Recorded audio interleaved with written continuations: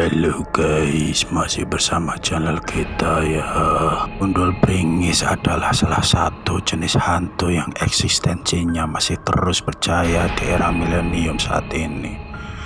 Beberapa penampakan pernah ditemukan di berbagai daerah di tanah air, terutama di Sumatera dan Jawa. Nah, kali ini saya akan membagikan sebuah kisah nyata bertemu dengan Gundul Pringis, yaitu cerita dari Mas Anwar Jumadi dari Sragen. Di suatu malam, Mas Anwar bersama 5 temannya melakukan kemah bersama di sebuah bukit yang terletak di daerah Sragen, Jawa Tengah. Kemah yang dilakukan sebetulnya hanya sebuah acara senang-senang saja untuk melepas lelah selama bekerja berbulan-bulan. Kemah yang mereka isi dengan bakar-bakar ayam, nyanyi-nyanyi bersama sambil ngobrol-ngobrol ringan. Sama sekali tak menyangka di malam panjang itu mereka akan memiliki pengalaman cerita misteri, bertemu dengan sesosok Gundul Pringis.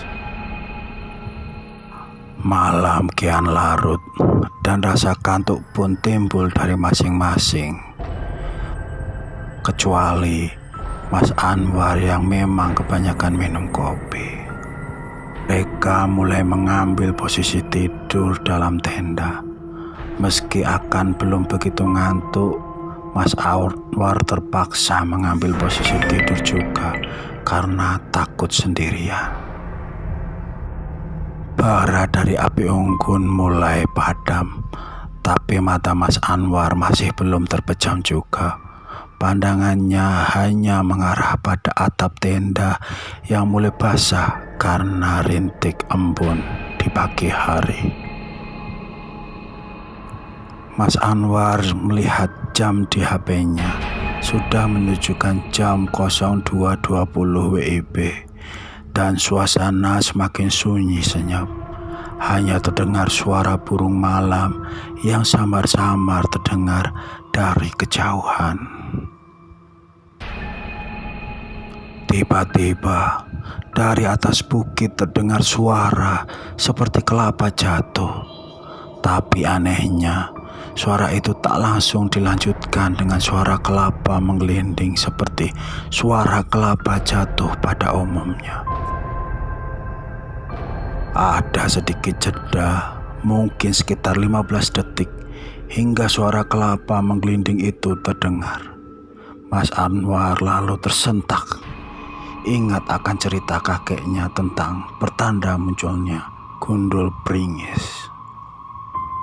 Tapi perasaan Mas Anwar kemudian sebisa mungkin tenangkan diri dengan membaca beberapa surat pendek Al-Quran yang dia hafal. Mas Anwar tak berani membangunkan teman-temannya karena kasihan mereka yang sudah terlelap tidur. Perasaannya pun mulai tenang.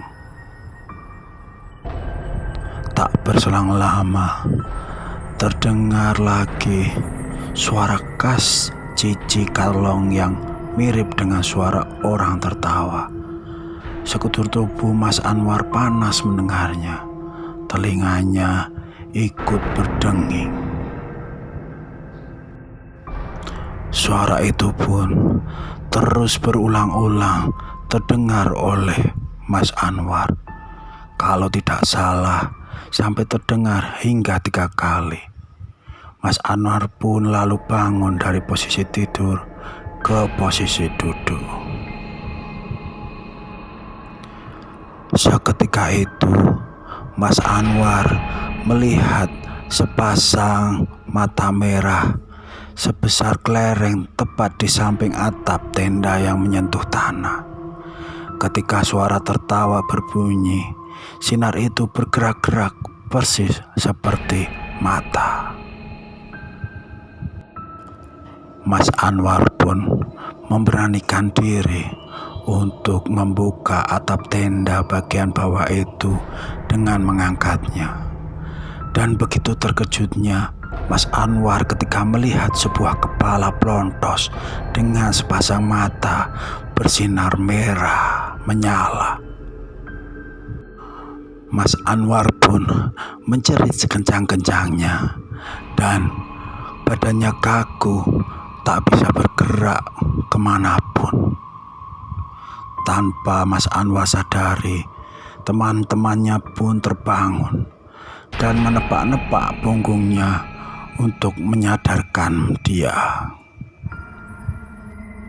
Melihat ke arah pandangannya Mas Anwar, mereka pun kemudian melihat si hantu gundul bringis. Mereka kemudian lari terbirit-birit meninggalkan Mas Anwar yang tegang dan lemas. Setelah itu Mas Anwar tak ingat apa-apa karena pingsan. Esok harinya Mas Anwar dibangunkan teman-temannya yang ditemani seorang kakek-kakek tua. Setelah tenang, Mas Anwar kemudian menceritakan apa yang dia alaminya semalam. Kakek tua itu pun menceritakan bahwa memang bukit itu adalah bukit angker yang dihuni sesosok gundul bringis. Katanya beberapa orang memang sering melihat penampakan hantu gundul bringis itu. Mereka pun disarankan oleh kakek tua itu untuk segera berkemas menyudahi perkemahan itu.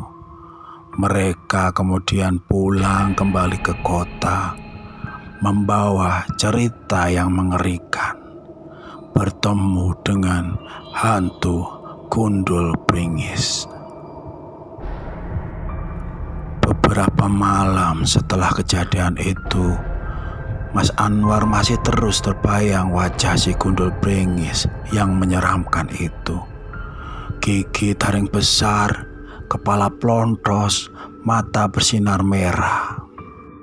Hingga saat ini pun Mas Anwar masih terbayang-bayang wajah hantu gundul bringis itu. Mas Anwar sekarang tobat, berjanji tak akan lagi berkemah ke tempat itu. Semoga saja cerita ini bisa menjadikan pelajaran untuk kita lebih berhati-hati dan selalu berdoa untuk mengawali suatu kegiatan. Sekian cerita dari saya. Semoga bermanfaat untuk kita semua. Jangan lupa bantu like, komen, dan subscribe ya. Terima kasih banyak.